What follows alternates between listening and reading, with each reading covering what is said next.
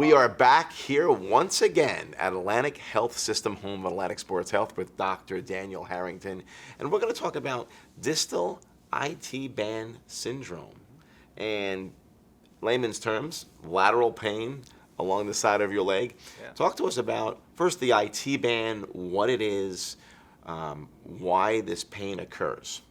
So the IT band actually starts up at the top of the hip. There's a muscle called the tensor fasciolata, and as that muscle ends, it goes into the IT band. Okay. Which is a tendon. It is a Which tendon. becomes more of a Yep. tendinous tissue. Yep. So some people can have pain on the higher side of their hip or down next to the knee.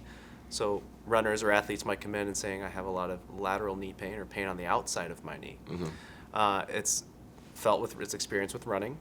If you're a heel striker, it can refer from the knee up the thigh or the hip. It can at times be associated with snapping. You might hear or feel snapping on the side of your knee. Yeah. Mild swelling, but not a large, big swollen knee. And so that's what patients typically come in with. And why does that typically occur, and how can patients avoid it or treat it? It's kind of on the spectrum of your shin splints or your patellofemoral pain. You know, it might be overtraining, the way they run, inflexibility. So one of the ways to prevent and treat this is to stretch your IT band. It's painful, but foam rolling. Foam is a rolling great on the way. IT, Yeah, right? And I exactly. know that could be very painful, but just finding those hot spots and just dissipating, you know, those trigger points or whatever's causing the IT band to be challenged. What causes the IT band? What causes this to be an issue? So it's thought to be a friction point over the lateral femoral condyle Okay. and the IT band. And so there's IT band, some people call this IT band friction syndrome, where the IT band kind of rubs on that part of the femur.